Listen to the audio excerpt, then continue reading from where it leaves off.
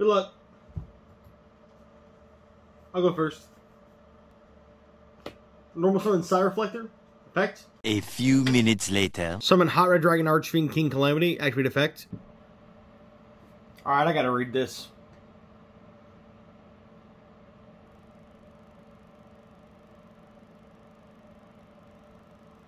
So I can't play cards? Yeah, you can't respond to it either.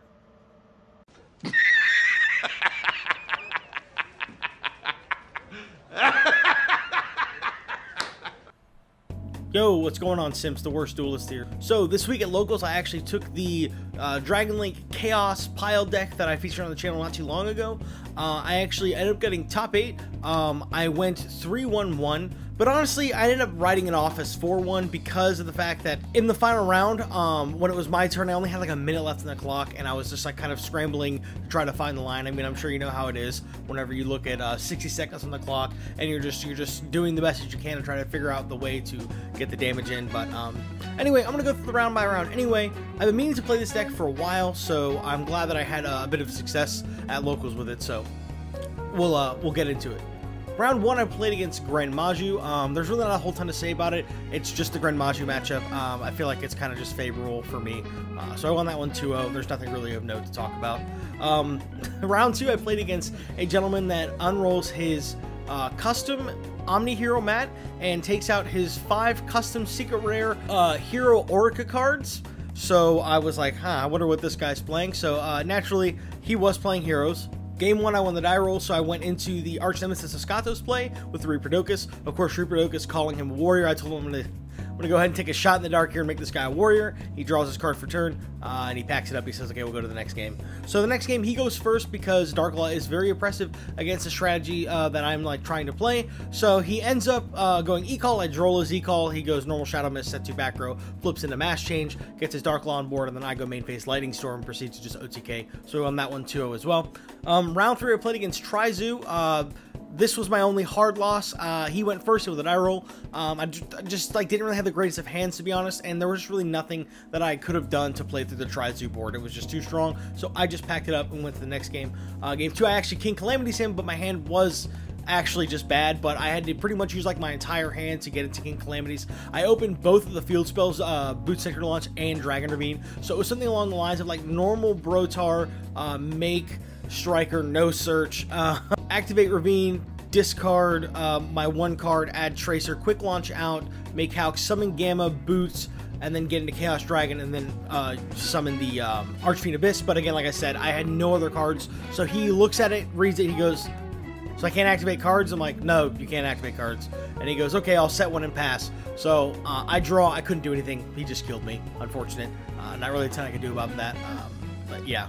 Round 4, I played against Drytron. Shout out Sebastian Sanchez, the GOAT, on Team G Sports, sick gaming moves.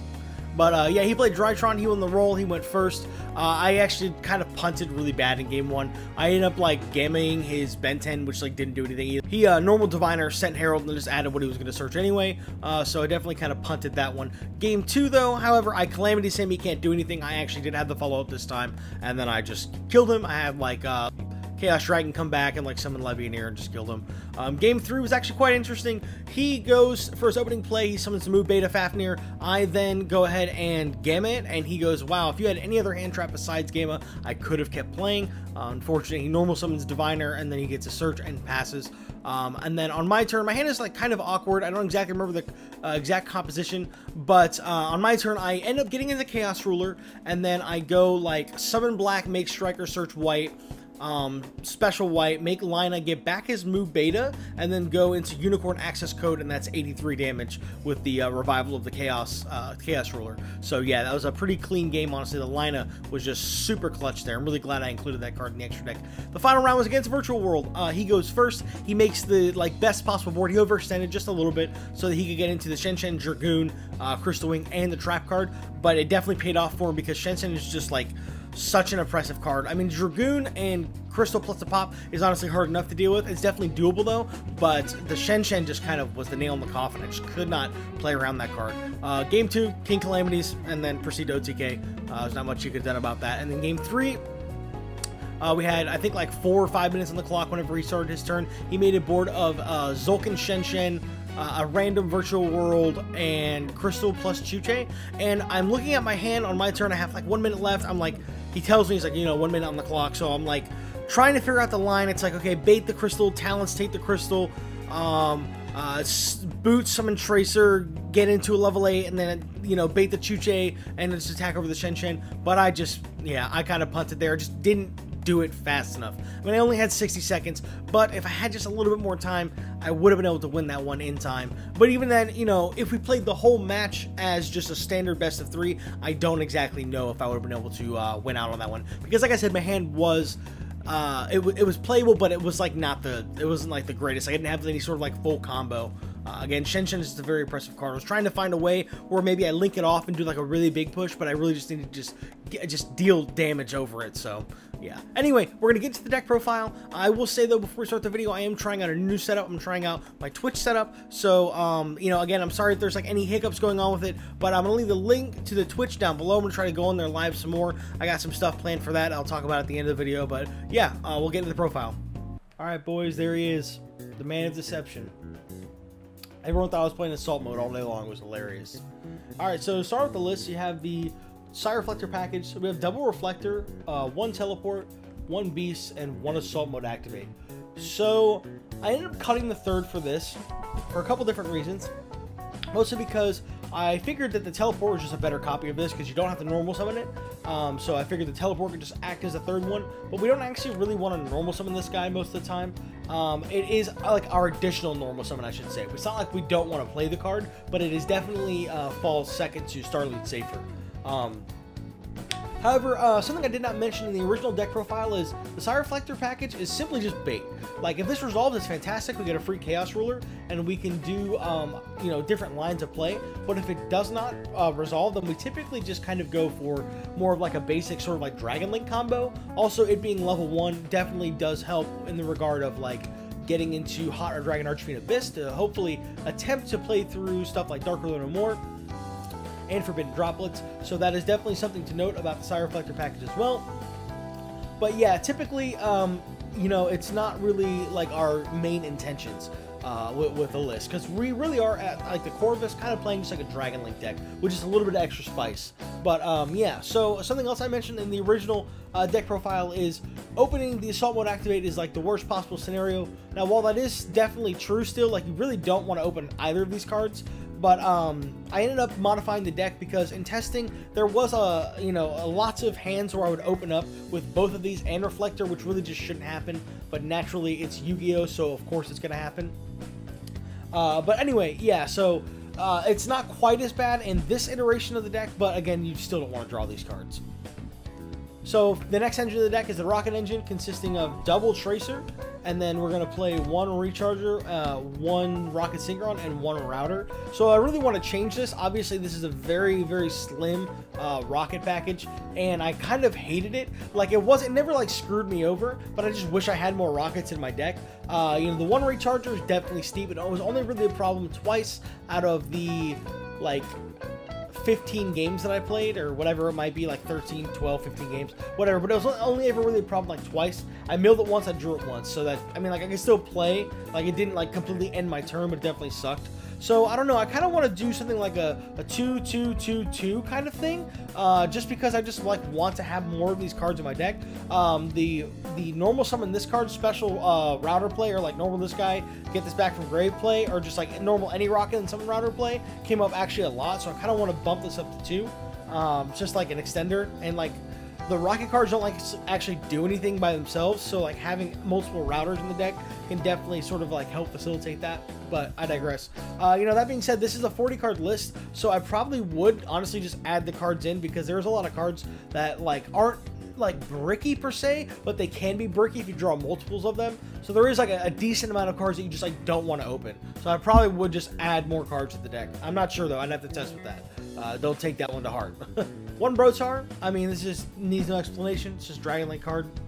And then we have our Chaos package, which consists of our triple Safer. Again, like I said, this is kind of what we move towards for like the main normal summon of the deck, mostly just because Safer just does more in general. It's just like a better card overall, you know, by itself than Sire Reflector. So yeah, Safer, it's definitely broken. 1 white, 1 black, 1 Levy, and then the 1 Chaos Creator. The Chaos Creator was like absolutely insane, like all day long. And then white and black are white and black, so you know you would never change these. But yeah, the Chaos Creator was nuts the entire tournament. So and then we have the Nemesis engine, which is been slimmed down. I'm just playing double flag on 1 Escados. Originally it was 3 of this, 1 of this, and 1 Protos. I don't even side the Protos. I kind of just like disregarded the card for the tournament. But honestly, the way I was looking at this is this was clogging sometimes, but however, it is very good because if you don't have access to Chaos Space, then you can just like put your whites and blacks back in your deck, and then whenever you link off the subsequent ones, you still get to add it back to your hand without having access to Chaos Space, and you still get a +1 like Chaos Space, but in the form of you get to search this card instead of drawing 1 random card, which can be good and bad in certain scenarios.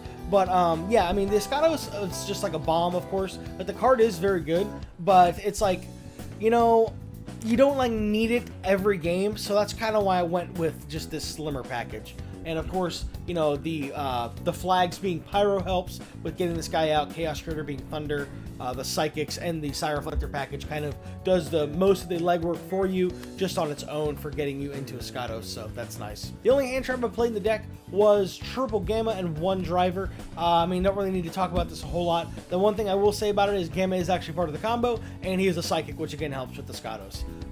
I was playing Phantasme. I ended up cutting Phantasme because I just felt like I didn't need it.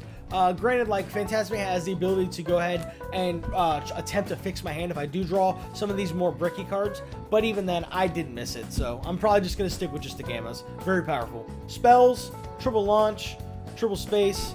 I mean, I'm not going to say anything about these cards. They're just insane. Launches once per turn. And then the power cards, the triple talents, triple ruler, and the 1 of Call by the Grave.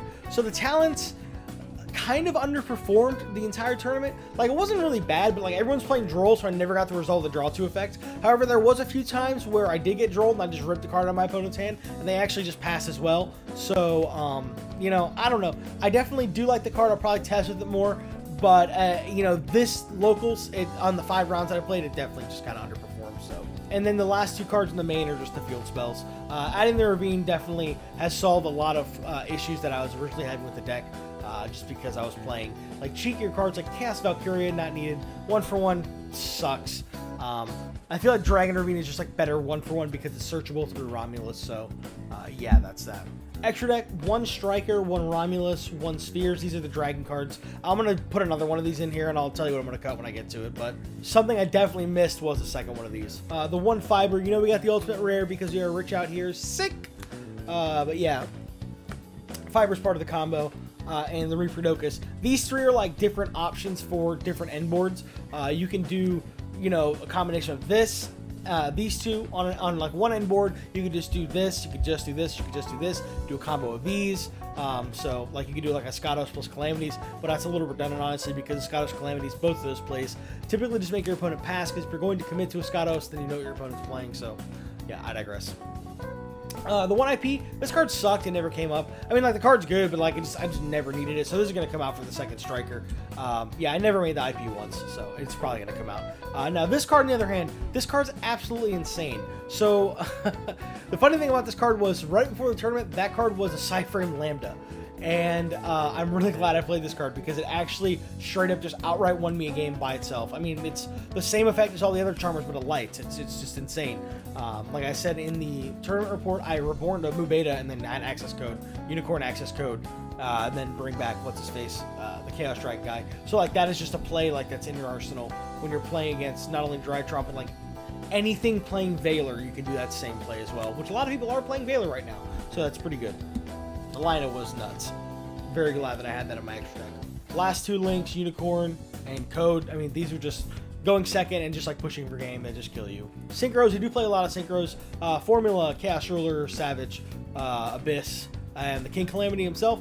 Okay, so the Formula is part of the combo. The King Calamity is, you know, is what we're trying to achieve with a lot of our combos. And then the other ones are pretty much like, I mean, of course, Chaos Ruler is just insane in this deck, just overall, just because like what we're trying to do with it. And the other two are just for like when you need to make like more like a standard Dragon Link board.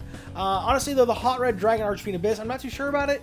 I never made it once, but I also like the opportunity never arose where I had access to a quick launch I didn't have to use, or like the teleport that I didn't have to use as well, so that I could kind of like play through Dark Ruler that way, which is kind of part of the reason why I do want to cut it. But there is, you know, lines where you can go Psy Reflector into this and then quick launch out this guy, and then like, or like boot out, you know, whatever, and then you can get into this Savage and Steers. So I don't know, I feel like having it there is nice because you do have the option to get an extra piece of interruption on your end board if you don't have access to this, but I don't know, not too sure yet. Definitely a good card. I don't know if it's got a home here still. And the last card in the extra is Sanafond. I never had to make this like because like it was good in the matchup, but I did make this a couple times to just swing for game because Sanafond just like gets gigantic. So yeah, side I'm just gonna blow through the side. I mean it was locals. We played the Nibs for locals. Honestly, I kind of wish this was Lancia. I like never really like needed either this or Lancia, but I just wish it was Lancia because I feel like I might have been able to help in my Tri-Zoo matchup. But you know, whatever. Droll just beats so much shit right now. Storm and Evenly. I played against Border Stun last time I went to locals, so I'm not trying to lose a Border Stun anymore. So yeah, I put the Evenlys in. And Storm's just Storm. And the last card is Spell Fragrance. I'm probably going to cut one of these and play Order. I don't know why I didn't think of that before, but yeah, I played the triple Spell Fragrance. It was nuts. I drew it a couple times. It definitely was really good. So yeah, that's the deck. Like I said, I'm going to try to start streaming on Twitch. I am testing out the setup here, so the link will be in the description box below. You know, let me know what you guys thought. Sorry if there's any, you know, hiccups going on. I'll probably see it in post whenever I go to check that out. But yeah, like, comment, subscribe. Again, I'm gonna try to start doing more live stuff. I'm gonna play, you know, I want to play Remote Duels live. I want to play on DB live. I just want to do all the things. I am gonna be playing 2012 with my buddy on stream live, so we're gonna cut that, make a VOD, and do the thing. But yeah, I'll see you guys next time.